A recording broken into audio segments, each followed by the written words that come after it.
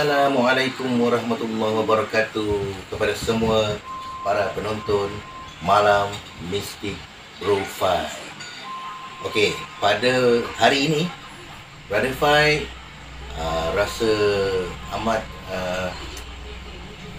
macam mana nak cakap amat teruja sekali lah kerana dapat bertemu dengan seorang sahabat iaitu seorang novelis yang ramai follower dia, yang ramai juga kenal.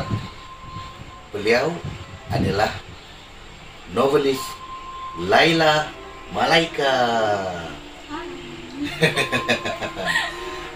Okey, saya panggil awak Lai lah ya. Okey. So, Lai. Pada hari ni Lai syukur kepada Allah sebab kita dapat bertemu. Saya daripada Selangor datang ke Sandakan, dapat berjumpa dengan sahabat penulis saya, Laila Malaika. Begitu lama untuk dalam perancangan, dapat kopi. Jadi Lai, untuk dalam masa sekarang ni, Lai ada buat apa-apa karya tak yang terbaru? Yang terbaru buat masa ni, perancangan tu banyak lah. Plot sama ada untuk seram ataupun untuk yang cinta-cintun gitu. Memang banyak lah, tapi masa menulis tu memang kurang sebab sibuk dengan kerja. Sibuk dengan kerja okey.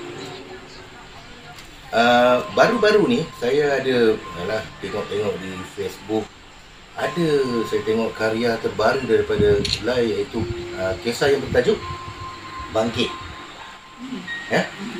Itu cerpen. Cerpen seram lah.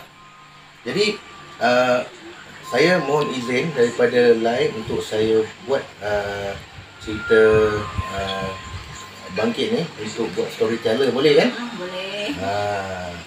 Jadi setibanya saya Brother Fai di sini, tengok tu. Inilah dia karya daripada Laila Malaika. Nampak? Tengok. Yang ini pula. Tengok ni. Ini adalah novel-novel yang telah beliau hasilkan, iaitu apa ni? Cute.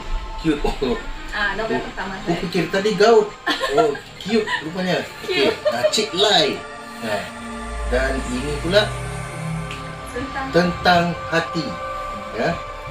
Jadi untuk kepada anda yang ingin mengikuti atau ada tak apa-apa lah nak promosikan karya-karya, ada tak? Setakat ni yang terbaru e-book lah yang saya buat tu dalam buku bawa publication ilusi bertajuk Mistake. Mistik. Ya, Mistake. Mistake. Kesalahan. Okey, kesalahan. Mistake. Itu saya masih ada jual sekarang, ataupun ada satu lagi e-book juga saya buat dengan publication Hana Evelina. Saya buat dengan dia. Lepas tu dia bertajuk Badai Syajahan. Semua tu cinta-cinta lah. Untuk yang seram ni saya belum ada buat. Jadi rasanya tak ada masalah juga kalau saya bantu juga untuk promokan di YouTube. Boleh, tak ada masalah. Tak ada masalah jadi itulah dia novelis Laila Malaika. Memang betul-betul rasa seronok lah dapat jumpa sama penulis ni. Bukan senang. Jadi kita akan saksikan kisah yang bertajuk apa tadi? Bangkit. Okay. Peace. No. Wow. Assalamualaikum warahmatullahi wabarakatuh kepada semua para penonton Malam Mistik Profile. daripada seluruh Nusantara. Ya, baru-baru ini Brother Fai ada pergi ke rumah Laila Malaika, ya, iaitu seorang novelis yang ramai follower, yang boleh dikatakan disegani jugalah. Jadi daripada Selangor, Brother Fai pergi ke Sandakan. Kawasan rumahnya dia adalah di Sandakan, Sabah. Dan seperti apa yang Brother Fai janjikan, pada malam ini Brother Fai akan kongsikan kisah yang datangnya daripada karya Laila Malaika, kisah yang bertajuk Bangkit. Sekiranya anda sudah bersedia, ayo rasai sentuhanku.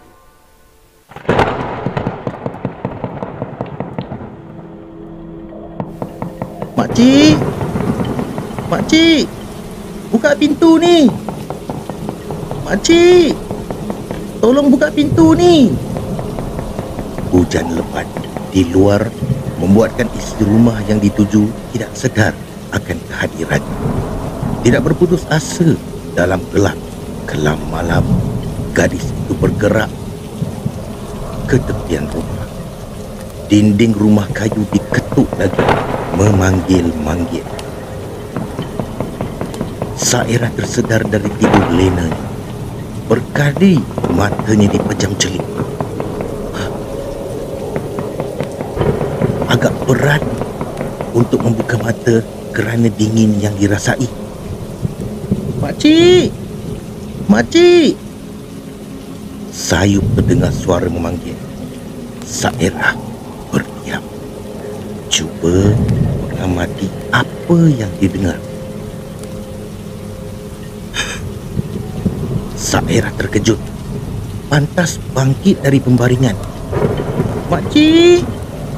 Makcik! Sairah tepuk pipi berkali-kali. Betul ke ni? Memang dia tidak bermimpi.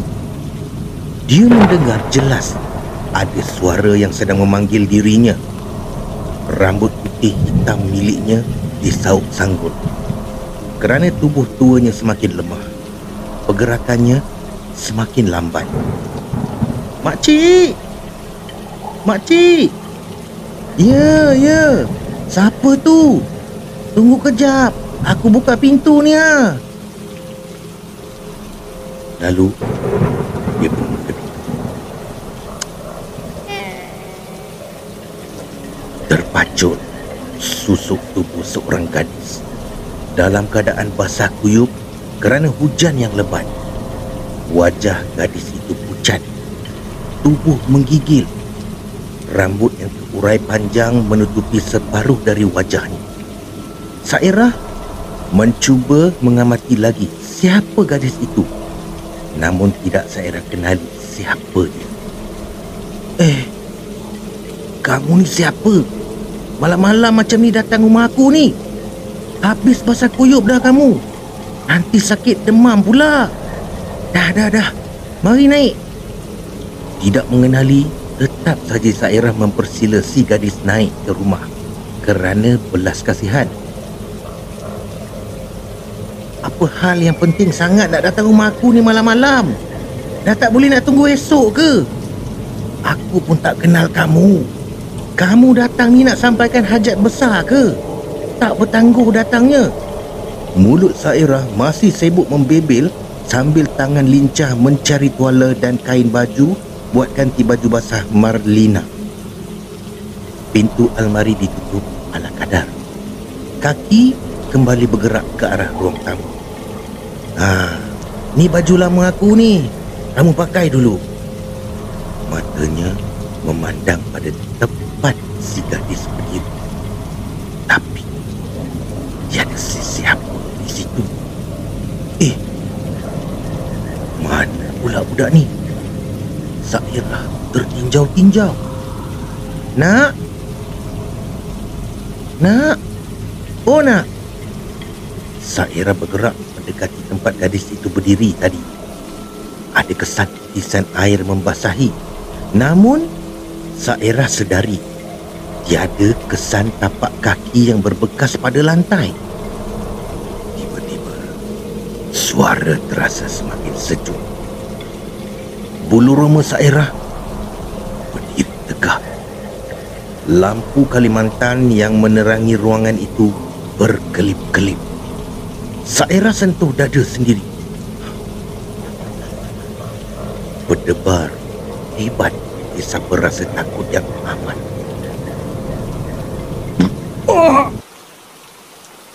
Sairah menjerit terkejut, lalu jatuh terjelepuk ke lantai. Pintu utama rumah yang tertutup rapat terbuka luas seperti diterjah sesuatu. Hembusan angin diikuti tempias air hujan membasahi sebahagian ruang rumah.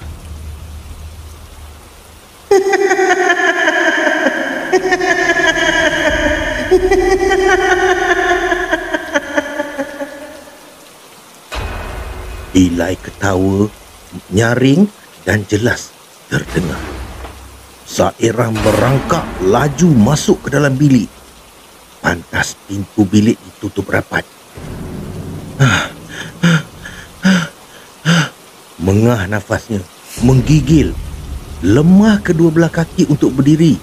Sairah jatuh terduduk di balik pintu. Makcik. Makcik Sairah.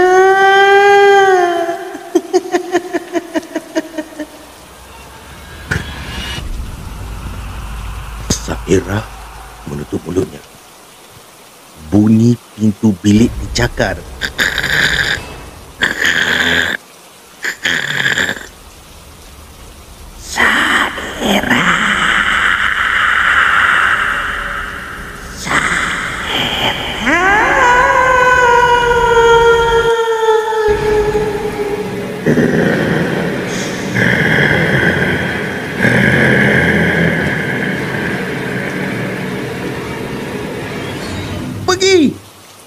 Pergi kau! Sial! Kau sial! Pergi! Dengan sisa tenaga, Sairah menjerit menghalaunya pergi. Kau pergi sekarang! Kalau tak, aku tikam kau dengan keris pusaka aku ni! Sairah menjerit lagi. Bunyi cakaran terhenti.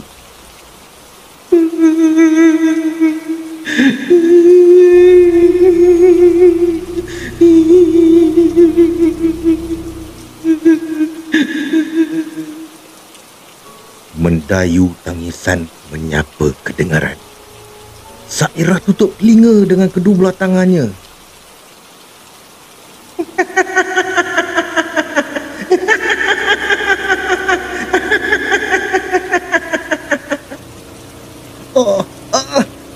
Tidak, tidak.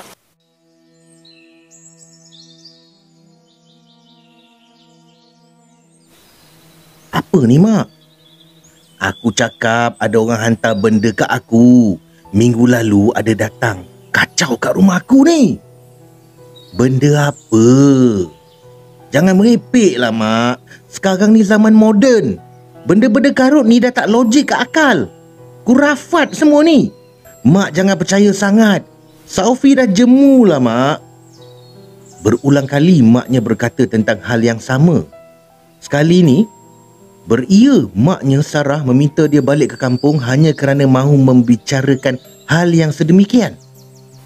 Kau jangan tak percaya cakap aku, Sofi. Aku tak main-main bila aku cakap ada orang yang serang aku, hantar benda kat aku, nak aku mati. Dah lah, Mak. Dah. Habis tu, Mak takut ke? Sofi tersenyum sinis. Sairah ketat bibir. Mak bukan hanya seorang bidan yang biasa tau. Mak ada pelajari ilmu lain yang membuatkan Mak boleh hidup senang walaupun tidak bekerja. Yang membuatkan Mak lebih disegani dari ketua kampung sendiri. Dan kampung ni, siapa yang berani nak lawan dengan Mak? Nak pandang hujung kaki Mak pun orang kampung tak berani tau. Kau jangan nak berhujat banyak Apa yang aku buat selama ni pun semata-mata nak kau hidup senang. Nak buat kau hidup dipandang orang, kau tahu tak? Dah. Saya dah malas nak berbalah. Saya nak masuk dalam. nak mandi dan rehat. Jauh saya memandu kereta ni semata nak layan cakap merepek mak ni tau. Ih! Sairah genggam penumbuk. Geram dan marah bersatu dalam dada. Kalaulah tidak difikirkan Saufi itu satu-satunya anak yang dia ada, mungkin Saufi tidak akan berada lagi di rumah tu.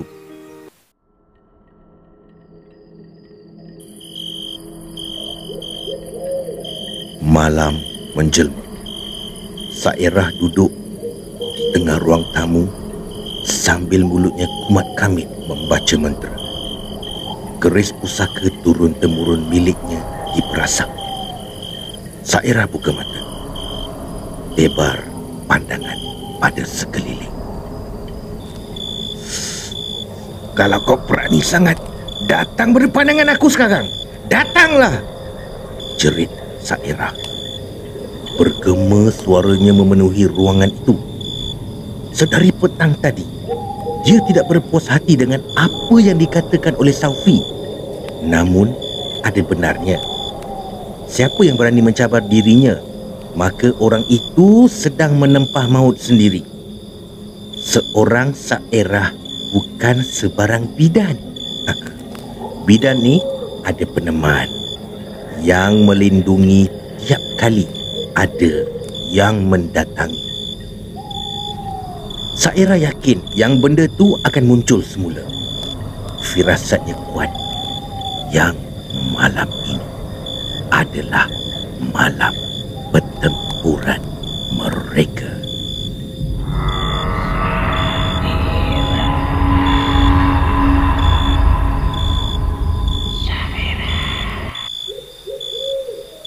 Keluar, aku cakap!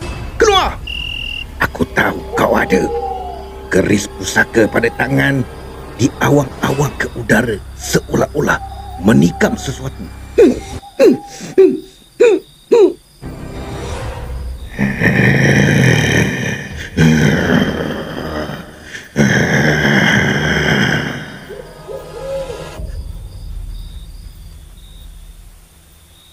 Mata Sairah membulat, bersiaga memandang tiap penjuru rumah.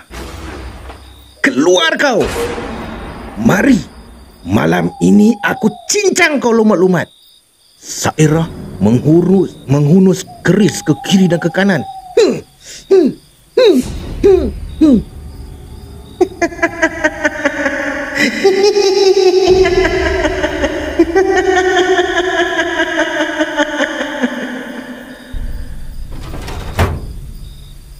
Atap rumah seakan roboh.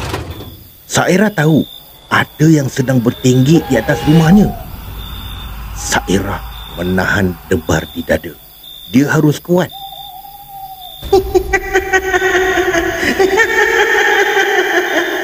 Aku datang.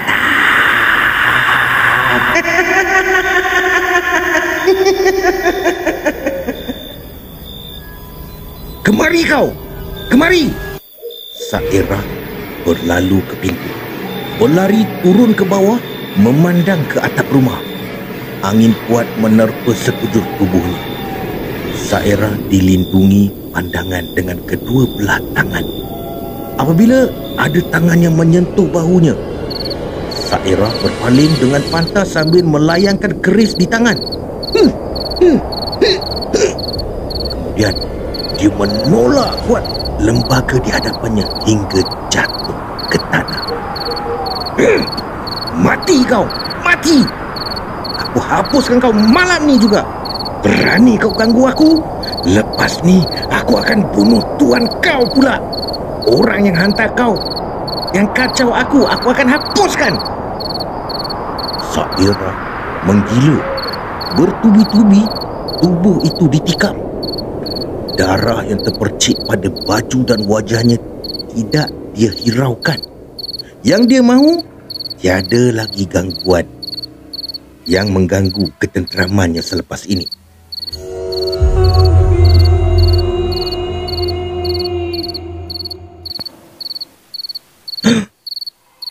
Saufi terkejut, terkaku. Tangan naik menyentuh lehernya sendiri. ada pandangannya kini. Yang ada di hadapannya bukanlah Sairah, tetapi jelmaan seorang gadis berambut panjang. Dia kenali gadis tu. Masih segar dalam mindanya seraut wajah yang pernah dia puja satu ketika dulu. Gadis yang menghilang secara tiba-tiba. Saufi rebah ke tanah. Nafasnya terputus-putus. Tiada kata yang terluah. Hanya setitis air mata yang mengalir dari juring matanya.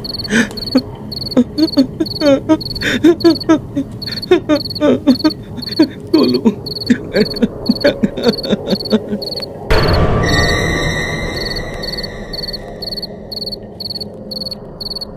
Saufi yang lena terbangun dari tidur bila terhidu bau kemian yang digunakan oleh Sairah.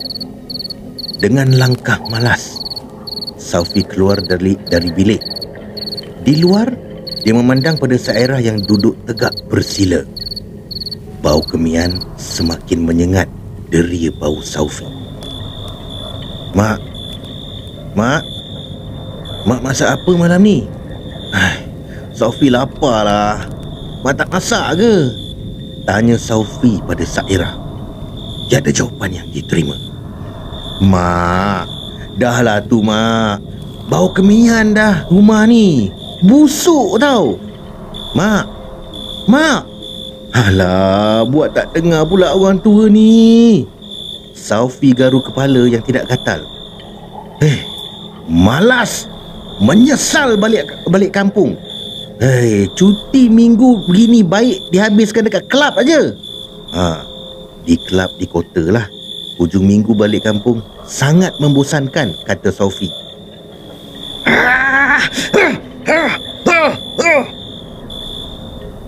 Bila terdengar suara Sairah menjerit, lalu berlari turun, Saufi meluruh mengikuti jejak maknya. Dia lihat Sairah menghunus keris pada berbagai arah. Saufi memanggil nama Sairah berkali-kali. Mak! Mak! Mak! Mahu Sairah menghentikan perbuatannya. Bila ada peluang, Saufi mendekati dan tidak menyangka yang Sairah akan melayangkan keris pada lehernya.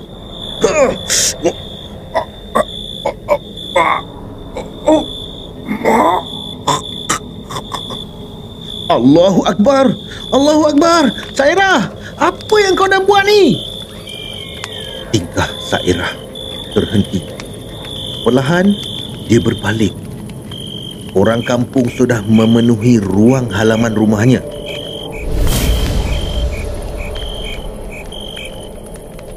Sairah terkebil-kebil memandang pada mereka semua. Bibirnya tergetar, mahu meluahkan sesuatu. Astaghfirullahalazim, Sairah. Aku nak kamu berdiri dan jauhi anak kamu. Sekarang. Buang keris kamu tu. Buang, aku cakap. Imam Hasdi meminta Sairah berganjak. Orang kampung yang hadir masing-masing terkejut melihat keadaan Saufi. Sairah sudah tidak siuman. Dia membunuh anaknya sendiri. Sairah sebenarnya tahu yang itu Saufi. Dia mahu menyelamatkan anaknya. Tetapi seperti ada kuasa yang memaksa dia terus menikam sekujur tubuh Saufi tanpa henti.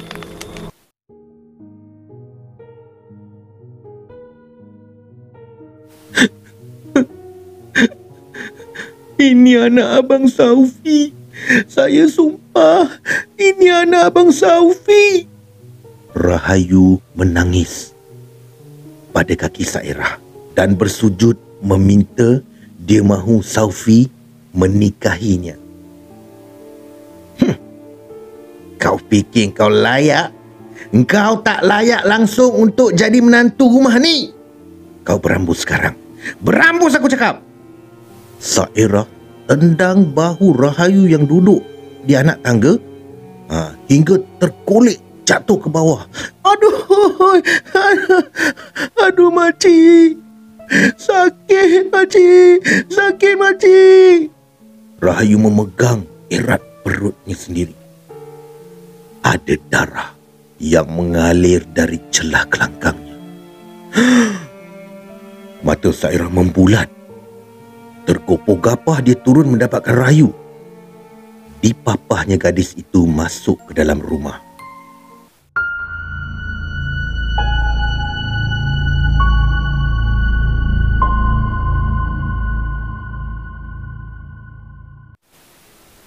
Hingga ke malam, Rahayu masih mengerang kesakitan. Darah yang mengalir tidak berhenti. Rahayu fikir Sairah akan membantunya. Tetapi Sairah mengikat mulut, kaki dan tangannya. Terbujur begitu saja Rahayu di atas katil. Di luar, Sairah berjalan mundar dan mandir. Dia tidak mungkin akan bermenantukan perempuan murahan itu. Perempuan yang tidak berstatus seperti dirinya tidak pernah terfikir dalam benaknya Safi yang akan memilih gadis kotor itu menjadi menantunya. Sairah membuat keputusan, dia harus lenyapkan gadis itu. Lalu Sairah menyeru, memanggil pendamping miliknya. Hei, siap sampai asuh sakrasi.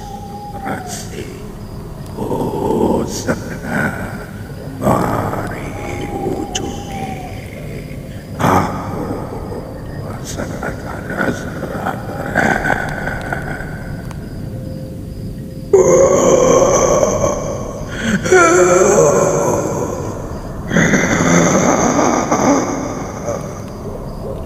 apa datang manggil aku?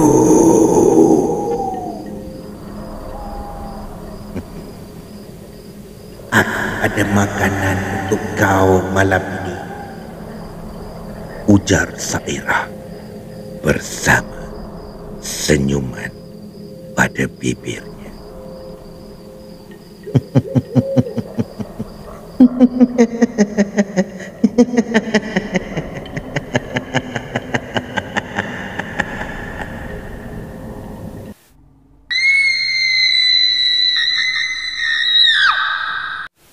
Ya, saudara, itulah dia kisah yang bertajuk Bangkit, karya daripada novelis Laila Malaika.